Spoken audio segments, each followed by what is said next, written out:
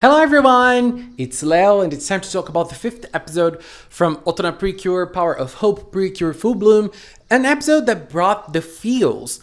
And I think this episode gave us two things. An insight on Nozomi, a better insight on Nozomi, who is the main character, so she will definitely get more focus. And also a better look at the mystical and magical part of OTONA, what's really going on with the power part, with the mysteries. And while we still don't understand much, we have now a better grasp as to what's going on. So we have those two things happening at the same time. Let's start with the PreCure part, with the power part. So we start the episode with the girls in the time bar.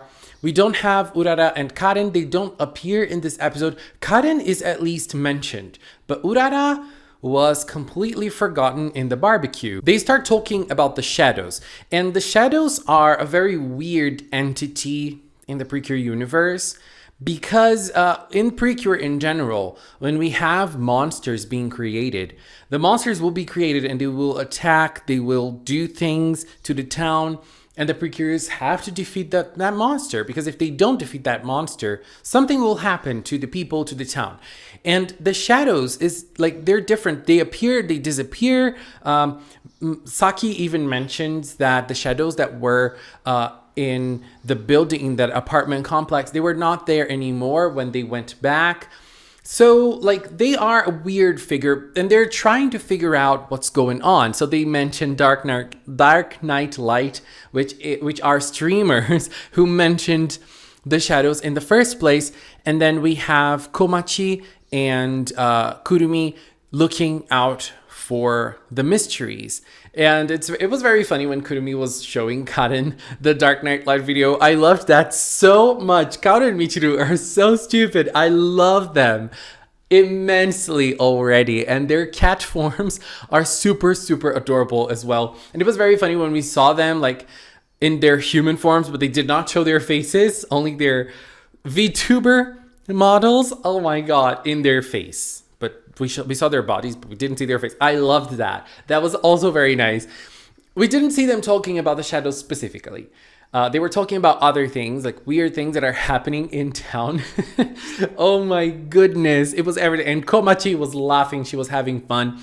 And that scene was funny because like everyone is busy working. And then we have Kurumi, who doesn't necessarily have to work. She's working because she wants to be a better secretary. And Komachi, who is having doubts in what she wants to do and in her ability of writing. So she's not writing right now. So she is basically not really doing much apart from helping the town. So they were the only two that were available for their little reunion. That was a very interesting point, and like that was the only reason why Komachi was so present in this episode, because like she was there, but she was barely there, you know. It didn't really matter that much.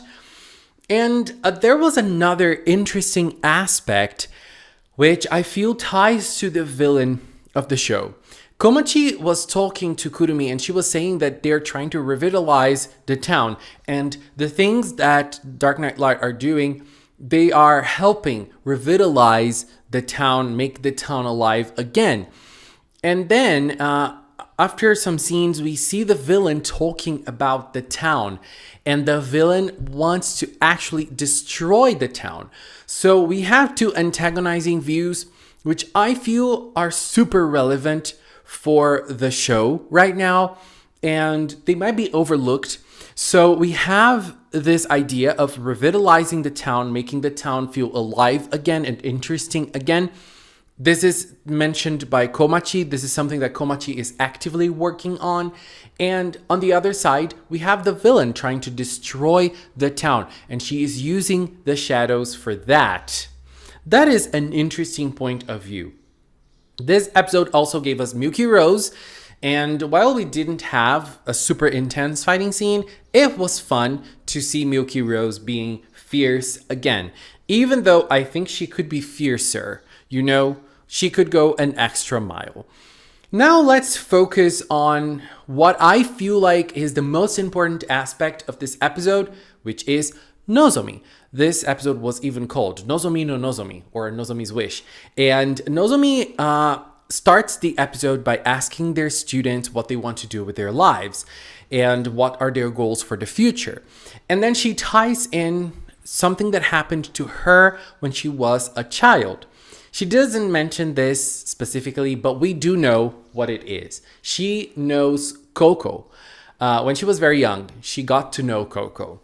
And Coco taught her a very important lesson. This lesson is everyone has potential. If you work hard towards your dream, towards your goal, you will get there. You will do something that will bloom, and you will bloom in your life. You just have to work hard. Everyone has this ability. And this was something very important to Nozomi when she was a child, because Nozomi had no confidence whatsoever in herself. She was not good at studies. She was not good at sports. So she did not know what she wanted to do in her life. She did not know she could do something or become something in her life because she was bad at everything. And she was able to find what she was good at after everything she went through in ES5 and ES5 Go-Go, because of everything, like all the situations and the friends that she made, but obviously also because of Coco. So Coco was a very important reference in Nozomi's life, but not only that. In this episode, we also get to understand how important he is emotionally to her. It's clear that she is in love with Coco, and she's been in love with Coco for a long time. And this is something that Kurumi mentions when they mention Coco and Nuts, because she says that Coco and Nuts are being told that they're becoming cures and all of what's going on. So she will ask for their help, so they will come to Earth. And then we go to Palmier. Palmier is going through something very funny because in the first episode of OTONA, we saw this very important and political nature message from the environment and such. And the same thing is happening in Palmier Kingdom. They are cutting down trees to build houses, and because of that, the water is becoming scarce. And that is a problem in our world outside of anime. Like, this is a real problem. And it's funny, like, it's sad for them, but it's funny that it's being tied in even with outside of Earth in the show. Like, even in magical kingdoms, it's also happening. And Coco is having to deal with this problem. Coco is having, as he is the king of Palmier Kingdom, he has to do something about it. And that is weighing on him. He is trying his best, but he's not being able to manage it easily. Parallel to that, we have the information that after the events of Go-Go finished, they all went on with their lives, and Coco used to come back to Earth and visit Nozomi. So they used to spend a lot of time together. I feel like it's clear that they were not like dating. They were just spending time as friends together. They were not like doing something specific in terms of like romantic things. Like, they were not kissing or things like that, but they were just spending time together. And that was very important to Nozomi. I'm gonna get to Coco later, but I feel like that was very important to Nozomi. We got to learn that, but we also got to learn that after Nozomi graduated college and became a teacher, they stopped meeting each other, like physically. They now only trade letters. And Nozomi is carrying on with her life, but when her students ask her what is her dream right now, it was clear to me, even though she didn't say it, it was clear to me that her wish might not be like a real dream. I would call it a dream, but Nozomi's wish is to get back to meeting Coco again, like physically, like seeing him with her, because they are only trading letters now. And then we get to a portion of the end. We get to another portion of the episode in which Nuts comes back, and Nuts' human form is so pretty. Dear God, it's so pretty.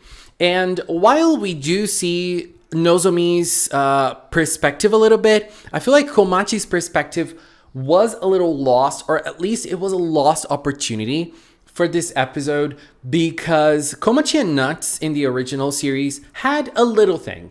It wasn't as strong as Nozomi and Coco, but they had a little thing. And in this episode, it felt very weird that Komachi barely reacted to the fact that Nuts is back. I don't know if they're going to touch on that a little later. I feel like Nuts can be very important for Komachi's growth, but this was very weird to me. Like, have they met each other again? Have they, did they keep on meeting? And him coming back was not surprising to Komachi at all? I don't know. And it felt a little weird. That part felt a little weird to me. But it was very funny when Nozomi went to the bar and Coco wasn't there. She was not surprised to see Nuts. She was so disappointed that she did not even react to seeing Nuts there. She didn't even say anything. And Nuts obviously noticed and told her like, "Oh, I'm sorry, I'm not Coco." It was very funny.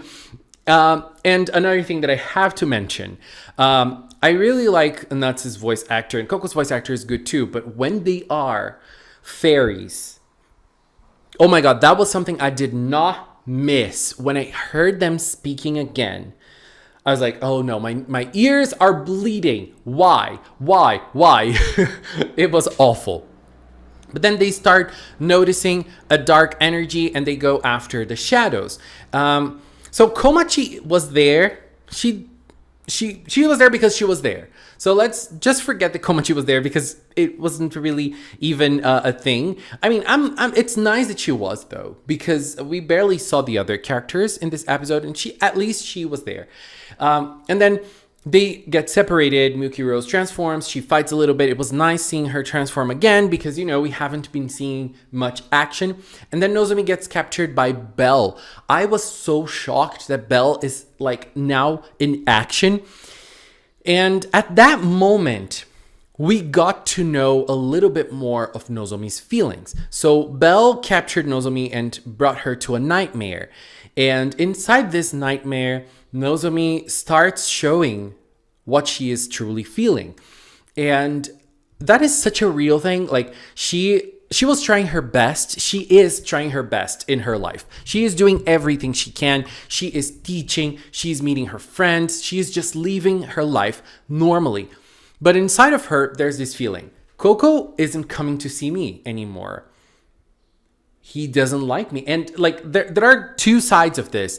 On one side, she knows he is the king. She knows he has lots of responsibilities. And on the other side, there's this feeling. He doesn't like me anymore. If he liked me, he could come. You know, he could be a little bit more present.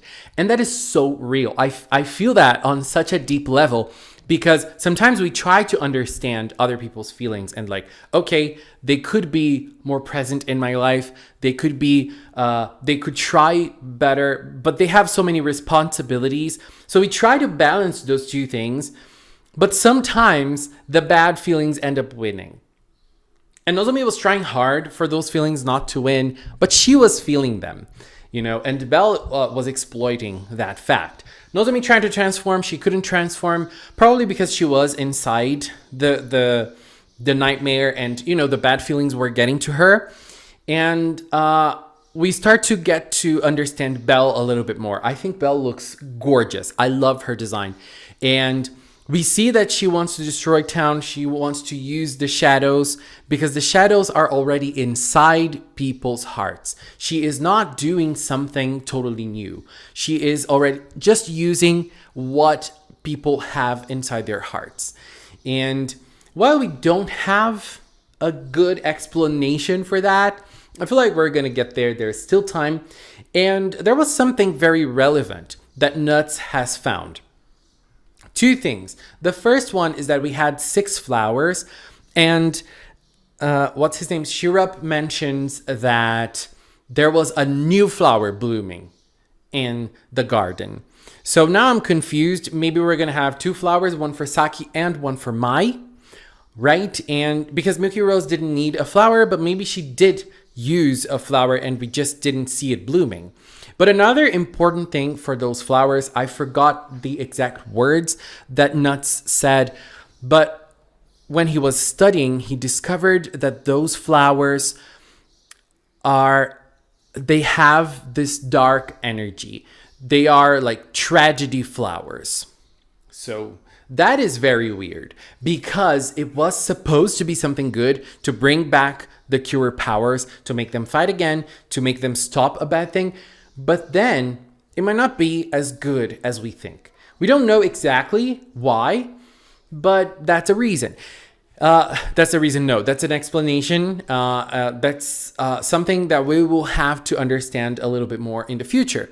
But that made Coco super worried about the girls, and most specifically about Nozomi. That is why he came back. And Coco came back. He was able to enter Nozomi's nightmare, and he ended up saving her because she was not having the power to go through that by herself. She was not having the power to break out of the nightmare with only her powers. She already did that somehow in the second episode that she became Cure Dream again. But now she needed something else, and that's why she had Coco. Coco jumped in, and we also were able to understand Coco's side of the situation. Coco is also going through something hard. He is also having bad thoughts. And his bad thoughts are related to Palmier Kingdom and the fact that he is not being able to do anything to help the situation. And he is the king, so he has the responsibility. He has to do something, but he's not being able to succeed. And it's interesting because in this moment, we have Coco's view and Nozomi's view. And Nozomi was suffering because Coco was not present to be with her. He was not finding time to meet her. And Coco was suffering because of the problems that he was having in Palmier Kingdom. Not necessarily because he was not seeing Nozomi and they lost touch. So that is kind of sad for Nozomi, I'm not gonna lie. And because of Coco's presence, Nozomi was able to break out of the nightmare and she was able to become Cure Dream again. We had a little fighting scene, which was very short. Yoshiyama, we need you again. And Nozomi was able to battle it out. And Belle was not able to win for now, but her presence was already iconic enough, I think. And so at the end of the episode, we see Nozomi hugging, clinging tightly to, not hugging him, but clinging tightly to Coco, and she started crying. That scene to me, okay, so my take on that is Nozomi's feelings for Coco are very strong, and she is suffering because she is not being able to see him as she used to do. On the other hand, it seems to me that Coco does not really understand that Nozomi is feeling that way. He did not notice until now that she was feeling that way. And that's very clueless of him. Come on, Coco, that was very stupid of him. Why are you so ingenuous in this? How could you not notice something or how could you not know that Nozomi would feel this way? Because he was very surprised to see Nozomi cry like that.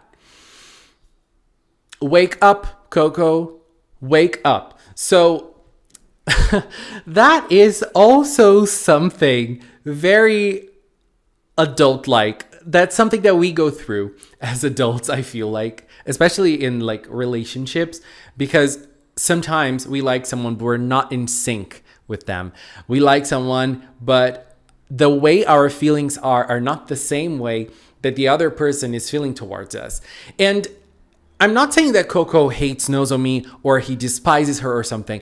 It's just that the feelings are not synchronized. They're not exactly the same. The way Nozomi is feeling about him, the way Nozomi is missing him, it's not the same way that Coco is missing Nozomi, because he probably is missing her. But for him, there are bigger issues in his life right now, which are related to the fact that he is the king. For Nozomi, it seems that in her life, the biggest issue right now is that Coco isn't with her, or that Coco isn't seeing her. Not exactly that he isn't with her, because, she knows that he is the king. She knows that he won't live here, but he is not coming to see her.